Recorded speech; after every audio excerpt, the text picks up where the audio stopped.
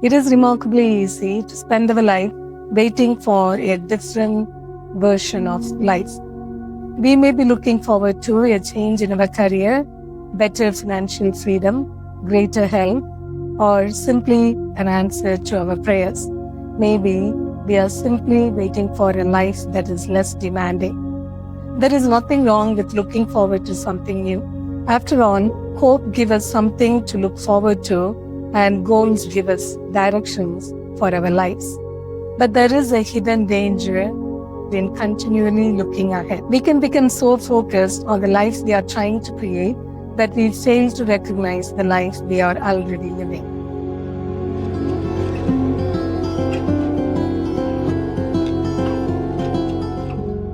Most of our lives, after all, will not be made up of extraordinary days, but it will have very ordinary days, filled with mundane tasks, conversations, responsibilities, and all seemingly insignificant things that rarely become stories to tell. But what if those days are not insignificant after all? What if much of our life's purpose is lived through these ordinary days? By the end of this video, I want to leave you with few practical ways that can help us stop merely living through ordinary days and begin living them with greater purpose and intention. Chapter 1, look again at what has become familiar. One of the first things that we can think of for ordinary life is how quickly we become accustomed to it.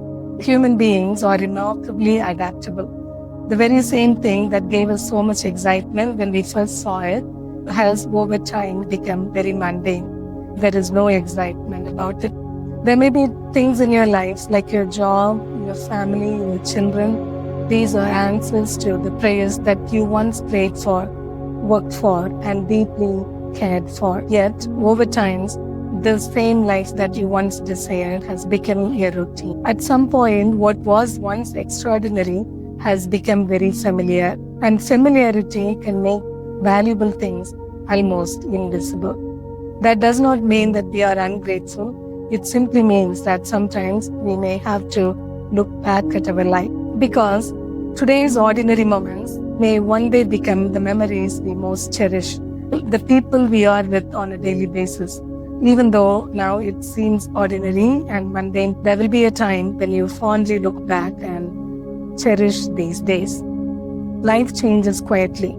Children grow, our bodies age, careers end or change, people move, and families evolve. And seasons that once feels familiar will suddenly come to an end. Let us not wait until something becomes a memory before recognizing it was a gift.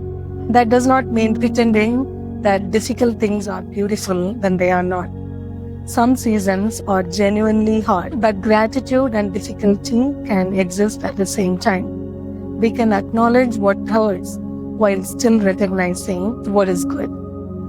Perhaps that is one of the first ways we can begin living our ordinary days differently, not by changing our circumstances, but by becoming more attentive to what is already present within them. Chapter 2, pay attention to the person we are becoming. There is another reason why ordinary days deserve our attention. It is forming us. We naturally evaluate our lives by looking at visible outcomes. We consider whether we are progressing in our lives. Are we improving our circumstances, completing our projects, or accomplishing what we set out to do? Those things matter. But there is another measurement that matters even more. What kind of person we are becoming while we pursue our goals. It is entirely possible to become more successful without becoming wiser, more accomplished without becoming gracious, or more knowledgeable without becoming humble. Achievement tells us something about what we have done, while our character tells us about who we have become. And character is rarely built in dramatic situations. It is formed through the ordinary circumstances that repeatedly ask something of us. Patience becomes real when it is tested. Forgiveness becomes real when our wound is personal. Integrity becomes personal when doing what is right is costly or inconvenient to us. Humility is tested when someone else gets the recognition that we hoped would be ours. These moments may appear insignificant from the outside, but they are doing something within us. They are building our character. It is making the person we are becoming. And that is why this conversation matters to all of us. We are all becoming someone every single day. Whether we are conscious of it or not, every day we are evolving toward a character. And we want it to be noble and increasingly more intentional. So perhaps one of the most interesting questions that you can carry into the ordinary life that spreads in front of you is not what you can obtain from it, but rather, what do I want to be in this? That question changes our focus. We may not be able to control difficulties that we face in our everyday situation. We cannot avoid the disappointments, but we can still take responsibility for the person we are becoming in that situation. And each time we make that choice consciously, we are participating in the formation of our own character. Chapter 3, build the faith that we will need before we need it. The ordinary days gives us an opportunity to build towards something that we may someday need it. For example, our faith. We can work on our faith on a daily basis, reading the Bible, praying every day, and we can trust God through our ordinary days. And then eventually, when our faith is tested, we will be able to withhold it. Faith becomes most visible in crisis, but that is not where faith becomes strong.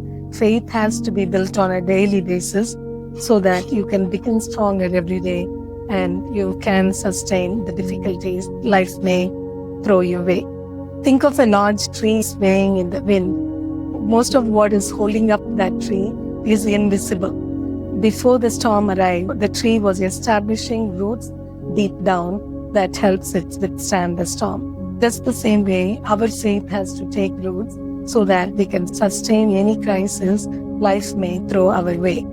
Gratitude during seasons of abundance, choosing obedience when compromising can be easier, and continually trusting Him when His direction is not immediately clear. Those practices may feel uneventful, but something is happening beneath the surface. Roots are growing, and one day when circumstances are difficult, we can recognize the strength within us that has been developing. The strength did not suddenly appear when the storm came. It was built in the ordinary.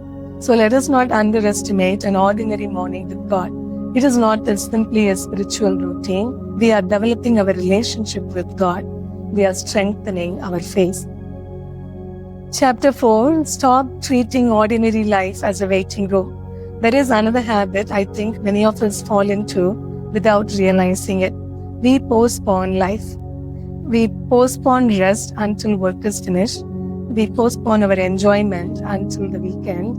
We postpone meaningful conversations until we have more time. And sometimes we may even postpone our happiness until our circumstances finally cooperate. The difficulty is that life rarely reaches a point where everything is finished and all the circumstances cooperate. So perhaps the goal should not be to create a life without responsibilities, but perhaps we need to fully learn how to live through them in the midst of responsibilities. We do not have to earn the right to enjoy our ordinary day, and something significant does not have to happen to make a day good. Chapter 5, the practices for living an ordinary day well. Number 1, recover the practice of noticing. Tomorrow, let us deliberately notice one thing that we normally take for granted. It doesn't have to be something profound. It can be something simple. Maybe the home we return to, the ability to earn a living, or simply the privilege of having another day in front of us. Pause long enough to acknowledge it and simply say, thank you. The blessing is already there. We simply stop seeing it. Number 2, ask, who do I want to be in this? This is definitely worth practicing because I think this has a potential to change the way we experience disappointments and frustrations in life. The next time something disappoints us, irritates us, or simply refuses to go according to plan, Instead of focusing entirely on changing the situation, let us ask, what do I want to be in this? Can I be firm without unkind? Can I disagree without becoming disrespectful? Can I be disappointed without becoming bitter? Can I behave in a way that I will be proud of if I were to look back tomorrow? The circumstances may not be entirely within our control, but how we respond to it is completely in our hand. And each time we become conscious of that choice, every day we are becoming more noble. Point number 3, stop saving all the good things for someday. We should stop postponing on so many of life's simple pleasures. Use your best china, wear your best clothes, use that perfume that you are saving for a special occasion. Let us make every day special by using these special things that we are saving for someday. We are surprisingly good at postponing pleasures because we think they require a special occasion. What if today is a special day? Not because it is something remarkable, but because we are here to live it. Today is called present because it is a gift that is given to us, and it is up to us to cherish it and enjoy it. Chapter 6, perhaps more does not mean bigger. Many of us still feel that there is something more to our life.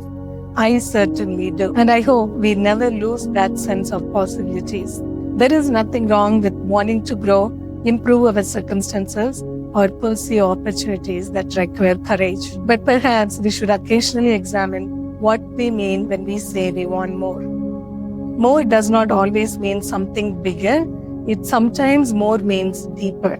It may mean developing greater wisdom, stronger character, deeper faith, healthier relationships, or a greater ability to remain present instead of constantly reaching for what comes next. Those achievements may never appear on a resume, but they will appear in our lives. They will become visible in the way we treat people who can do nothing for us, the way we respond when we do not get our way, the way we handle success without arrogance and disappointment without bitterness, and the way we walk with God when nobody else is watching. This is the journey I want to continue taking. And if you are here on NRA Girl, I hope it is a journey we can take together. Not because I have mastered what it means to be noble, resilient, and intentional, but because these are the qualities I want to spend the rest of my life pursuing. I don't want to be so preoccupied with tomorrow that I fail to live the life God has entrusted to me today. Closing thoughts. So tomorrow morning when we wake up, there is no pressure to change anything new. We are simply given a new day. We can simply start applying the things that we have learned today. Let us notice something that we have stopped noticing. Maybe it is the beautiful weather. Maybe it is your neighborhood with all the beautiful flowers that you have overlooked. When something tests us, let us ask, who do I want to become in this? And perhaps we can give permission to enjoy life's little pleasures without waiting for a special occasion. Then we can try that again the next day and the day after.